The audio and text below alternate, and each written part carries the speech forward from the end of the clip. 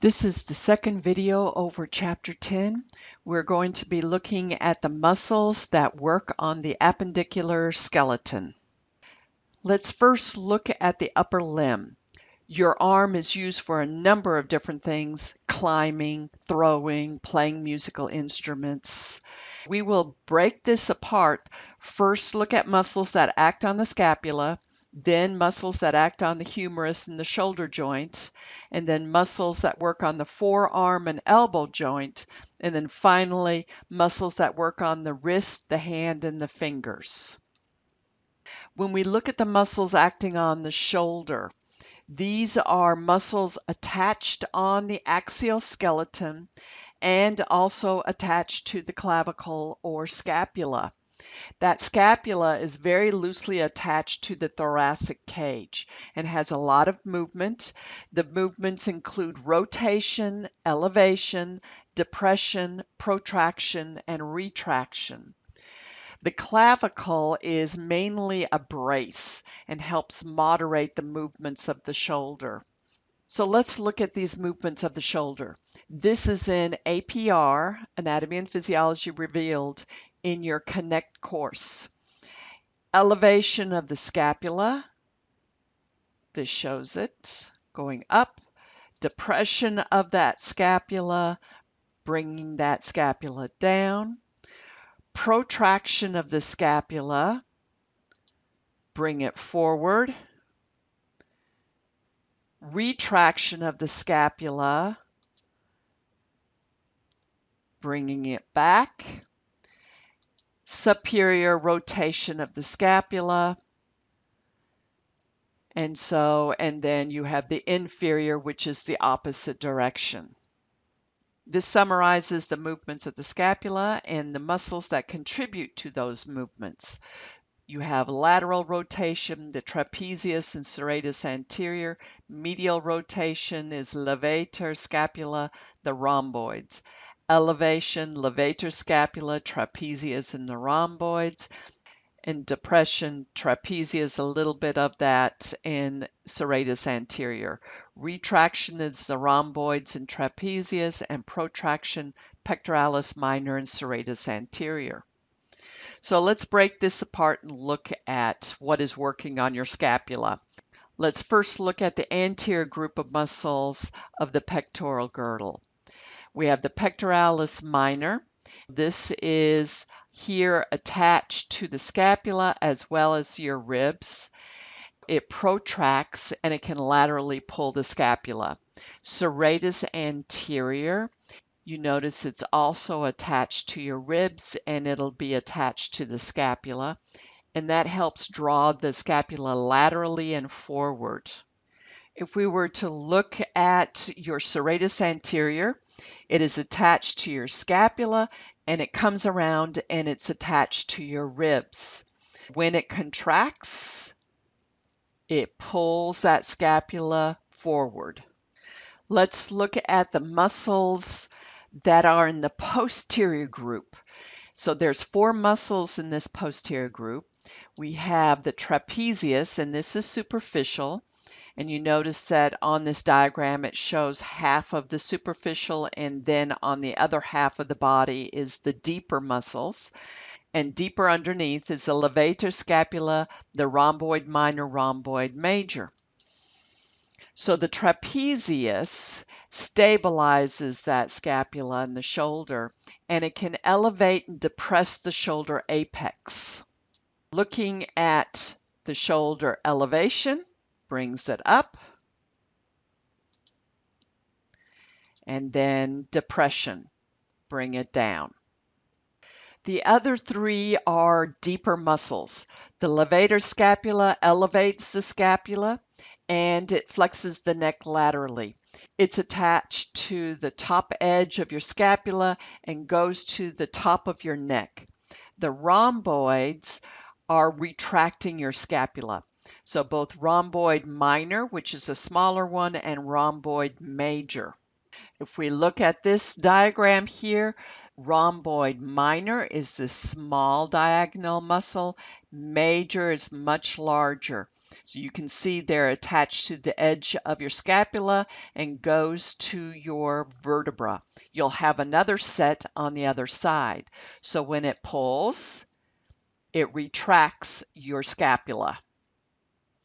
If we were going to look at the posterior, again, superficial is my trapezius, and then I have levator scapula, and my two rhomboids, rhomboid minor and rhomboid major.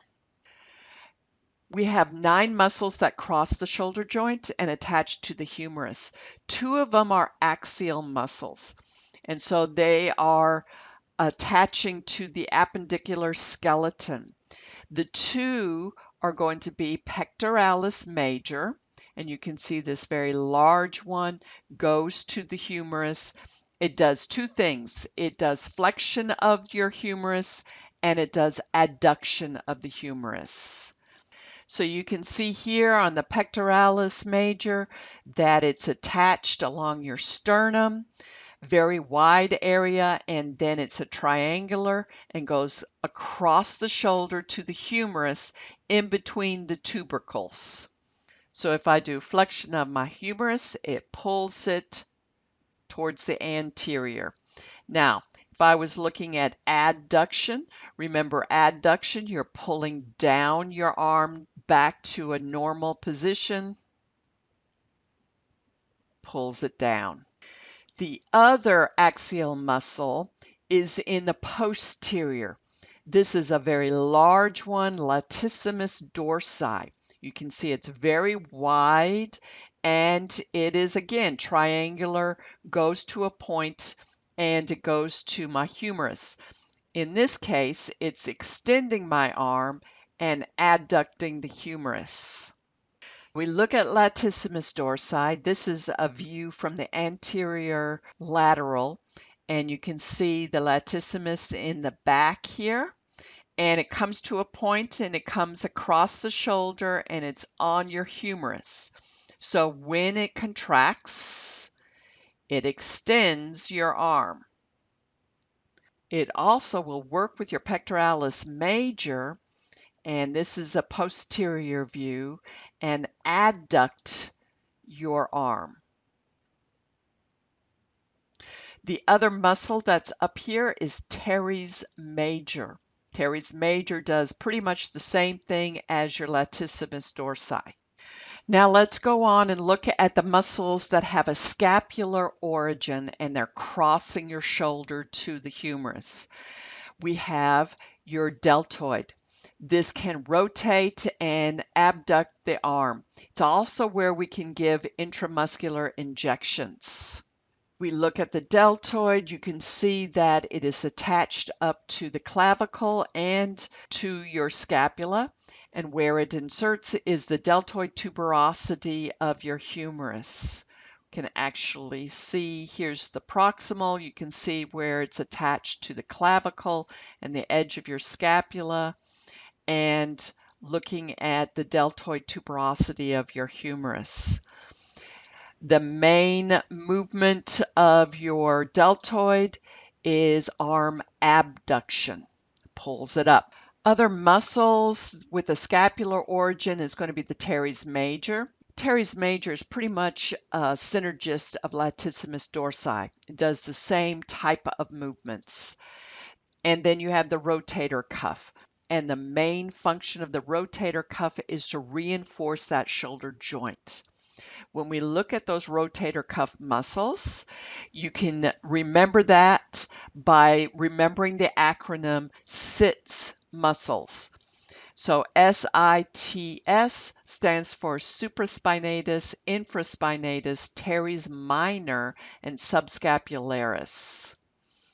Those tendons from these 4 muscles cross over, they merge together in the joint capsule, and they help to stabilize that capsule, holds the head of the humerus in that glenoid cavity. The one that is most easily damaged is the supraspinatus. If we were to look at it, this is subscapularis. You have the teres minor inferior to the infraspinatus, that's below the spine, and then supraspinatus is above the scapular spine. Now let's look at the muscles acting on the forearm. Your principal flexor is brachialis. If you look at the brachialis, the origin is on the humerus and the insertion is on the ulna. So when it does flexion, it is actually pulling up on the ulna. Very, very strong muscle. The synergists are going to be biceps brachii and brachioradialis. Brachioradialis is this very thick one that is on the outside of your elbow. Your biceps, other than being a flexor, is also your prime mover for supination. So you can see here on the biceps, the origin is up on the scapula and that the insertion is on your radius. It's on the radial tuberosity. When we do flexion, pulls up on that radius.